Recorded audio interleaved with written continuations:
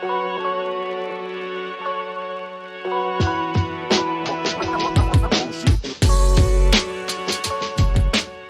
let's start with the rapid fire round. The first question is, at what age do you want to retire? Never. How long does it take you to get ready in the mornings? 15, 20 minutes? Most embarrassing moment of your life? Tough to answer that one. Many of them. I can't tell you one. Favorite color? Blue. What time of day are you most inspired? 1 a.m. How many hours of sleep can you survive on? Survive on 5, 6. Ideally, I get 7, 8. The city in which the best kiss of your life happened? Paris. Pick one, Mark Zuckerberg or Elon Musk? Elon Musk. The biggest mistake of your career? It was linked to manufacturing a product, but that actually led to the best outcome of my career as well. So it's balanced out. How do you relax? Meditation. How many cups of coffee do you drink per day? 3. A habit of yours that you hate? Expectations. The most valuable skill you've learned in life? Thinking from fundamentals. Your favorite Netflix show? Recently, Gentlemen. One word description of your leadership style? Empathetic. Coffee or tea to kickstart your day? Coffee all the way. Top priority in your daily schedule? Productivity. Ideal vacation spot for relaxation? Ibiza.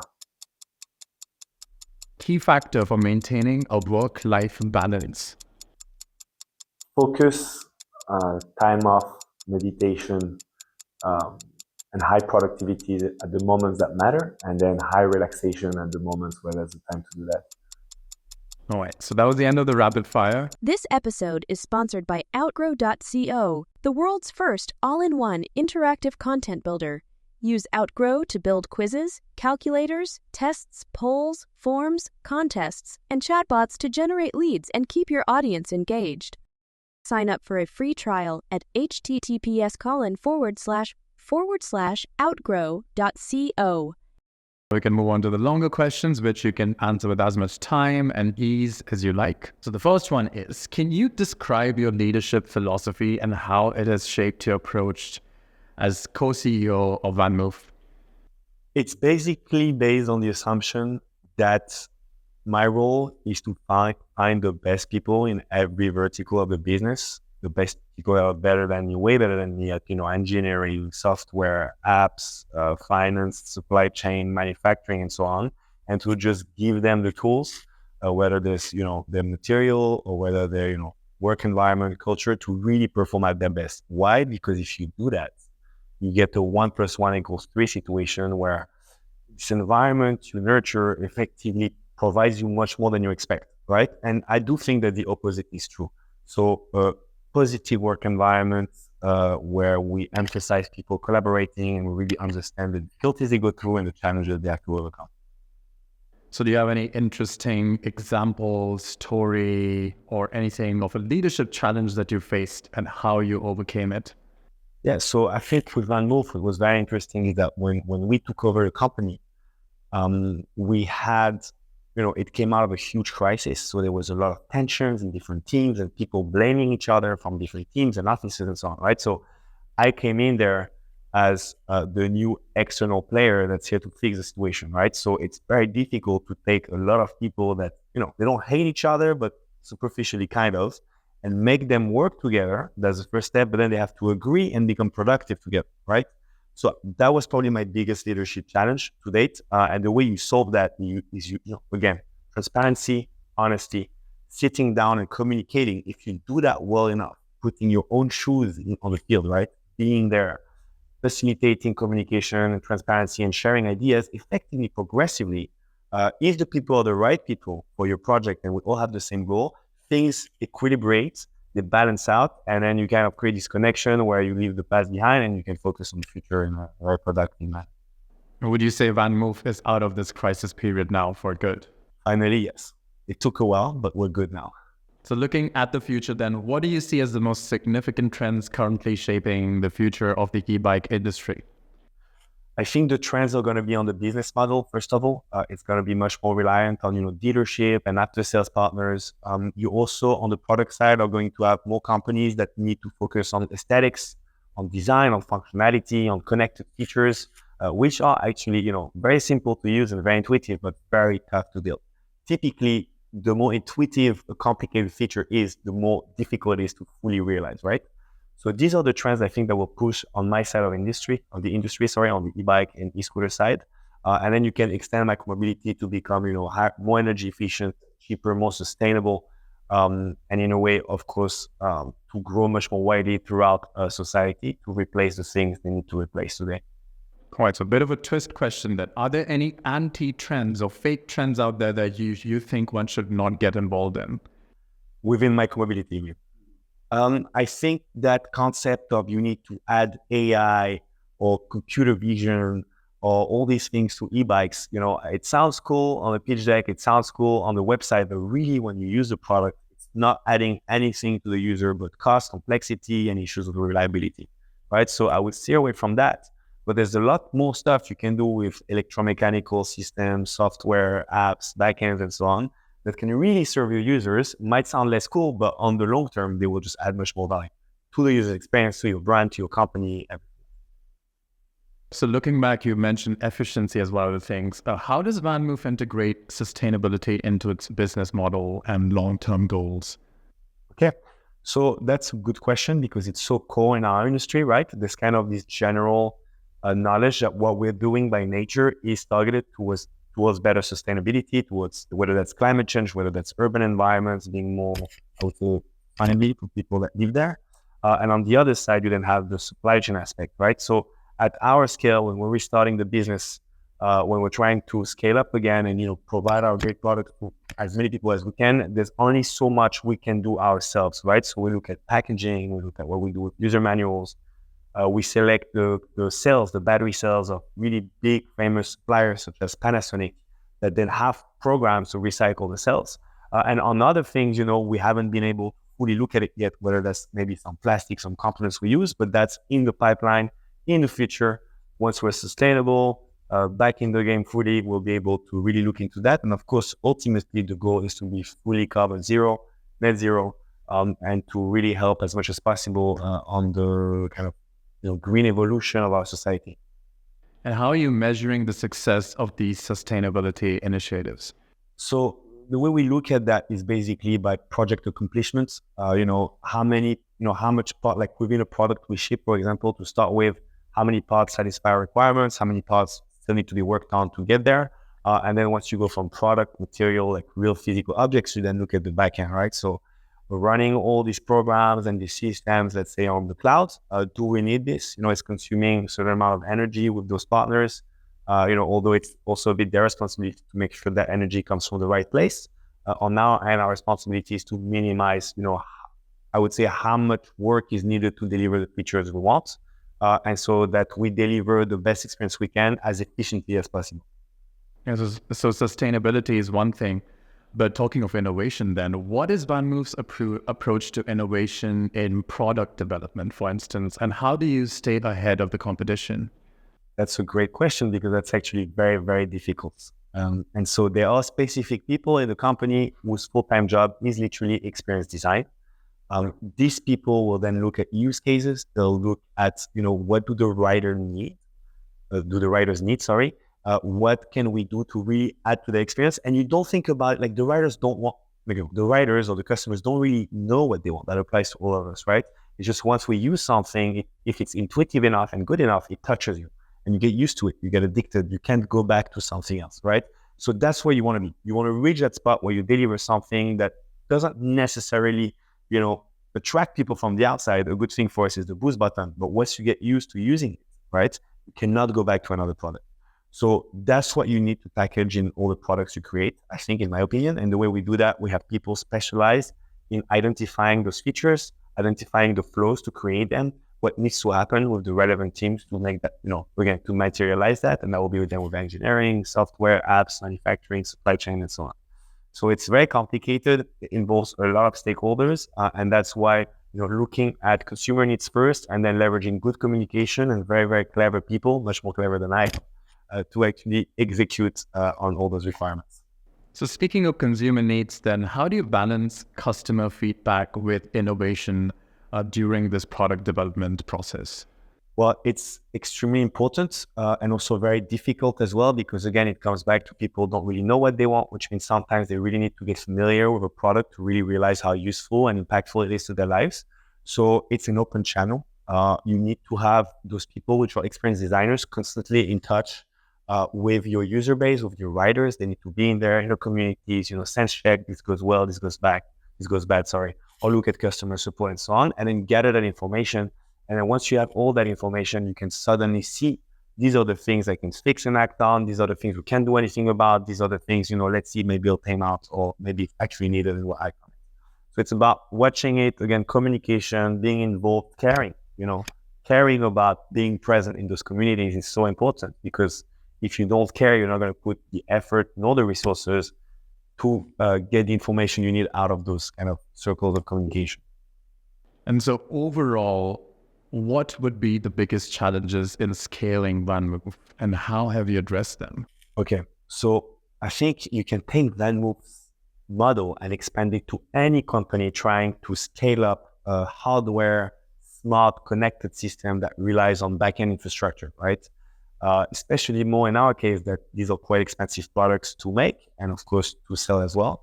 And so the problem with that is you just need a lot of resources that is spent very efficiently to max out what you get out of those resources, right? And, at the startup, pre-scale up stage, we're kind of scaling up now. So we're more at the scale up stage. That's even more important because you have a fixed amount of resources from which you need to maximize the output to get where you want to be, to either become profitable and cash positive, so you get, much more resources, or get more investors involved, right? And so the challenge lies there, right? Because it's so complex. Each of those products, they require electronics, they require software, they require mechanical design, many teams to be involved. It's like a big choreography to put it all together, in a way, dance together so that the products come properly out of the lines. And then you need to do that efficiently and well without mistakes. Because again, if you push that out and there's a problem, you need to either recall that product or fix it once it's on the field, right? And you could see it almost as once it leaves our arms, it leaves our factories, our stores, our warehouses, it's much more expensive, much more difficult for us to change anything anymore, right?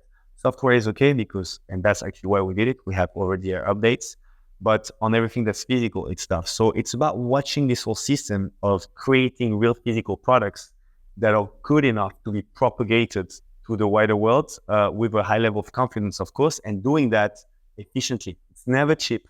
It's always more expensive than you think, but you need to be confident at the end of it that you took the best path you could to make it efficient. That's how you maximize your chances that you can scale up. No one is ever certain they can do that properly, but I would say that's how you maximize your chances. So how damaging is a recall if it happens overall? We've got a lot of companies that have had to do it, like Tesla and others. Yeah, so it's a recall is very damaging for many reasons. Well, the first one that's obvious is just the financial cost, right? You need the cost of bringing those products back. You need the cost of financing the teams to take care of the recall and repair what's needed. Sometimes you have to dump the products and create new ones. A recall is extremely damaging financially and materially as the first thing. The second side of it is with your brand, your customer trust, right? I think a lot of people rightly look at the brand as a bank of trust. It is kind of a name that carries all these positive things that it did for the people it targets. And those people in return talk about it positively, they trust it. And that also offers they're able to forget them more easily, right? Forgive them more easily, sorry.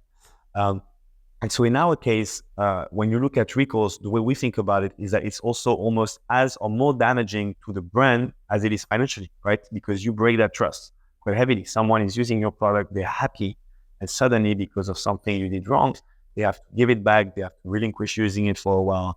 You don't know if they're going to get it back. And once they get it back, how can they be sure 100% that whatever problem was so intense that it required that callback is actually, fixed properly.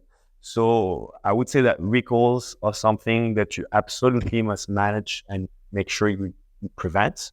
You can only do that up to the last minute where your product, I would say your controls, your warehouses. After that, it becomes a huge problem. But it's also very difficult to foresee everything. The world is the real world. You've got all these issues happening all the time that you can't control. And so you, again, have to do the best you can within that environment with that in mind. Okay, so let's use your response there to segue a bit into marketing and branding. What strategies does VanMoof use to engage with its customers and build a loyal community? Yeah, so that's quite interesting. I think the company has always been very product focused. It was first create the best product ever, a product that once people use, that's very important. Actually, we're in that ecosystem.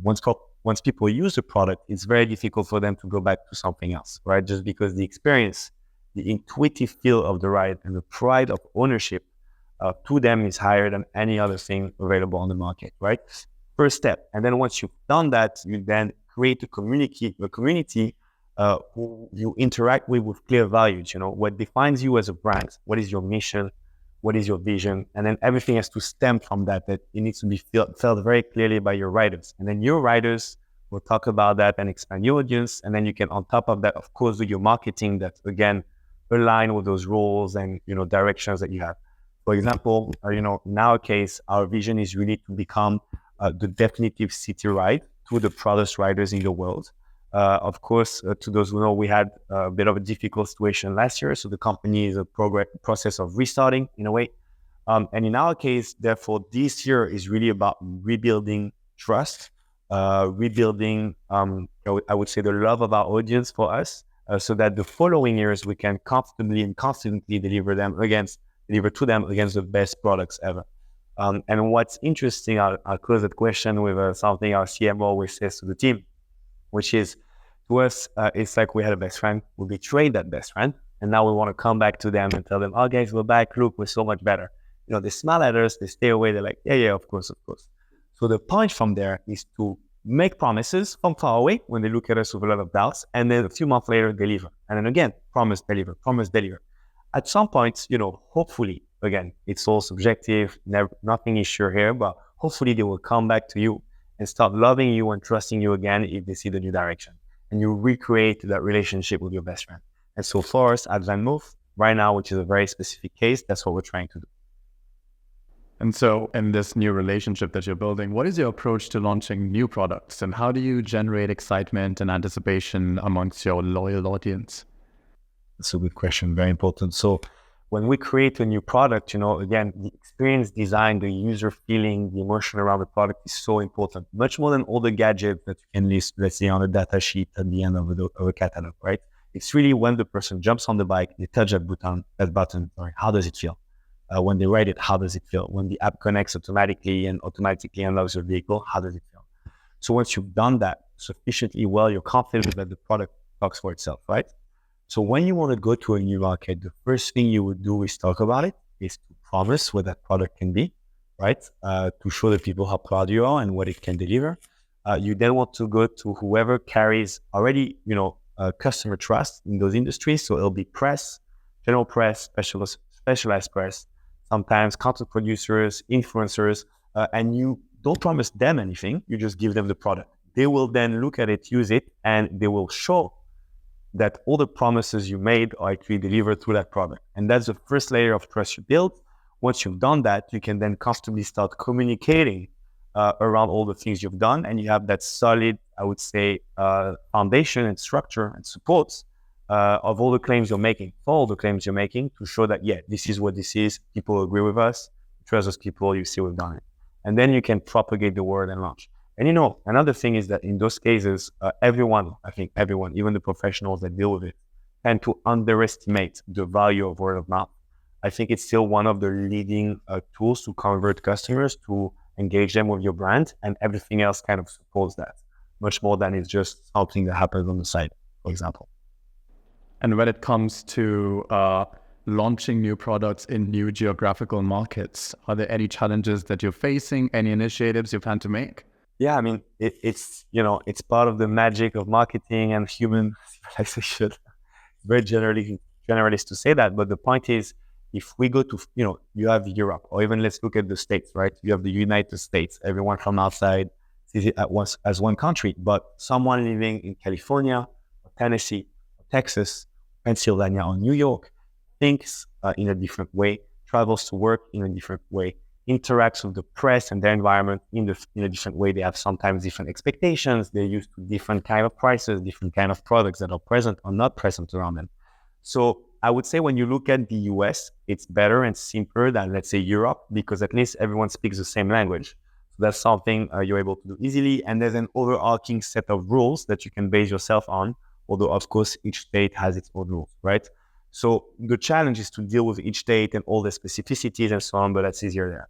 When you look at Europe, I think it's a big mistake to look at Europe as a single market. It's not.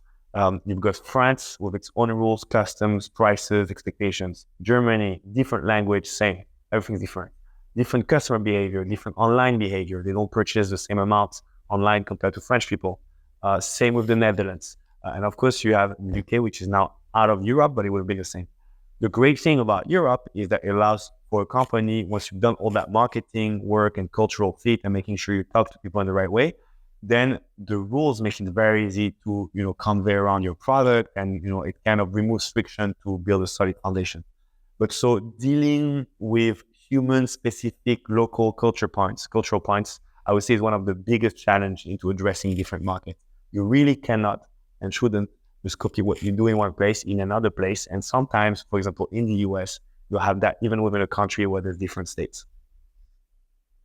And so in all of this, how important, you mentioned different geographical locations, different products, how important is storytelling in VanMoof's marketing strategy here?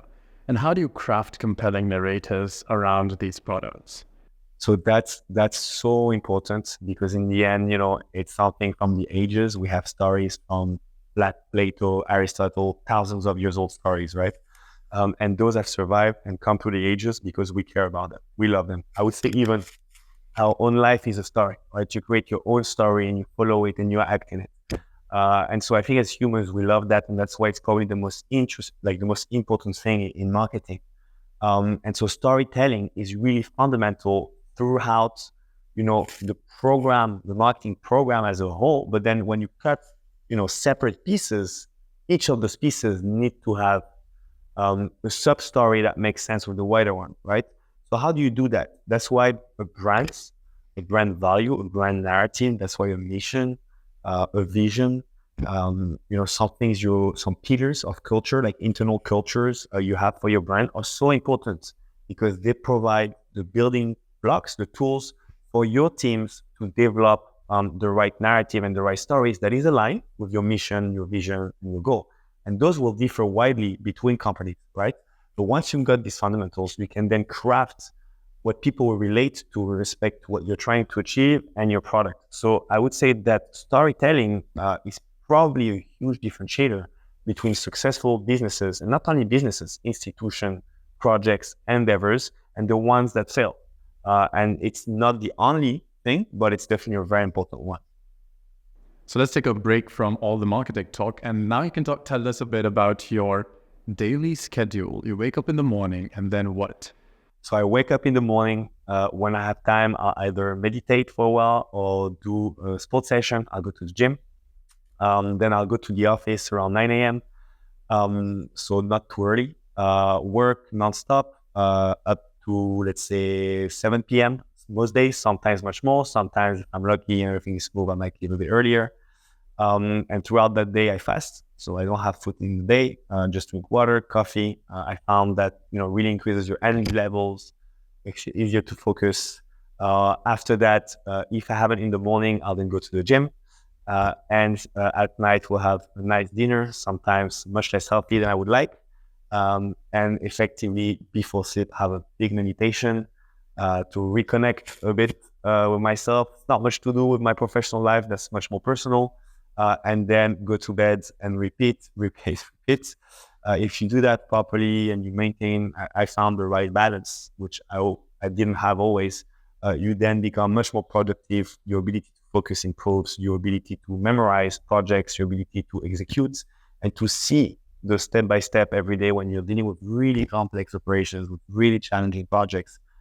That's currently, to the level of my young experience, the best format I've put in place. And, it's still evolving. Let's see. I don't think there's one way to go about this. It sounds like a very Steve Jobs kind of inspired lifestyle. I don't know much about his lifestyle, to be honest with you, but what I know is he did follow a similar spiritual belief system and a similar approach to innovation. Again, I didn't do that on purpose. Kind of, if you look at it objectively, there's really high-level things that just transpires the best. And so I think maybe that's why he was saying there's a parallel. But I'm sure many other people in many other industries and jobs actually have a similar routine. All right, so another question from our audience. What qualities are you looking for people who might want to apply to VanMoof or in the mobility sector for jobs? Okay. So, well, first, almost and logically, they need to be great at what they do.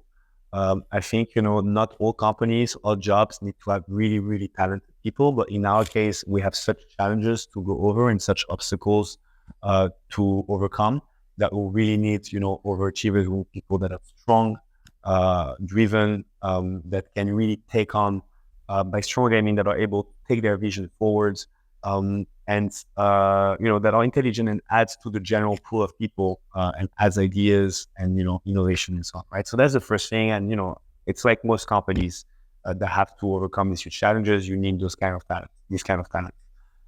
Now, the second layer is once you've satisfied that, right? You want to make sure that it's someone that will fit in your work environments, that will fit in your culture. And I think that's much more important than some people think, because if you're managing to stabilize a culture where people love to work, where they're more productive, when they can interact more, leading to more innovation, again, leading to 1 + 1 = 3, meaning you output more than you initially thought, then that's amazing. Now, the problem with that is that's fragile, right? If you put someone in there that doesn't match that, and it might not be that they're not nice, it might be something else, just a specific character, emotional thing that doesn't match the culture, then I think the damage it can have on the long term can be huge. It's also very pernicious, so you don't immediately see it and come, after. So it's very important to watch out for that. And on top of culture, it needs to be someone that you're happy interacting with, someone that makes you happy to go to the office, to see them. No one wants to go to the office with people they don't like. That's the place you spend the most time sometimes in the day. So important to make sure that's laid out properly. So having said everything that you said today and the ideal people you want to work with and the vision and everything, could you tell us then what is your vision for the future of VanMoof and where do you see the company in the next 5 to 10 years? That's interesting. So, let's start by what we're doing this year. We're trying to rebuild trust, right? So promise, deliver, access to spare parts, service network, just make sure that we can keep our riders on the road and we can make them happy. We keep innovating on our app, on our software, adding services and so on. So everything that's out there should keep getting better and better for our riders, right? Now, once you've done that successfully, which is really the core of what we're doing this year, you then want to look at, why is VanMoof alive? Why does it need to exist as a company? There's many companies that do e-bikes and e-scooters and so on. And our belief is that there's very few companies that actually invest that much in rider-focused design, aesthetics, really high-performance vehicles that make their riders proud to own them. And so, we believe that that's VanMoof's reason to exist, to make journeys a joy. We should be happy to go to places when you live in a certain place, and that I think can be delivered by our products. And so going forward, our goal is to create products, and we already have a product out there that we fully believe does that, but then add onto that multiple iterations. So every 2-3 years, we'll probably iterate on each product just to have the right time to innovate and test and make sure it's reliable, repairable. And then we'll add other pipelines of vehicles as well, just to make sure we can satisfy our market and give them the best vehicle we can have every day. So if you ask me, and that's kind of what a vision is, right? It's where do you want to end up at some point, And to us, it's really to be the most definitive city ride to the proudest riders. And if you look at the timeline, I think 5 to 10 years is probably the amount of time we need, or hopefully we need, to get there. Right, so that's the plan, and to do that, we're creating, urban mobility tools that really make going around a pleasure in urban environments. And we'll just work as hard as we can to get there. It's challenging, but we believe in it, so we'll keep going. So the last question for you is of a personal kind. What would you be doing in your life if not this? My dream, I started as an aerospace engineer. I was fascinated by the stars, by space systems. I did a little bit of research for almost a year in advanced space systems. So it's like, nuclear batteries for satellites, miniaturized satellites, all that stuff. I left this because, it's very government funded. It's very academic, research based, right? Until, SpaceX triggered this whole renewal of the industry, which is amazing. So, if I was in a world without any constraints, I would probably be working on the next spaceships and helping develop that. But that's, maybe will happen one day. For now, I think, I'm the happiest with what I do. I think the impact we have on people's lives are amazing. And the products we're developing at VanMoof come quite close to spaceships and space vehicles. So that's probably the best place I can be right now. And I'm super excited to make that happen. Let's see in 30 years when we're all working on Mars.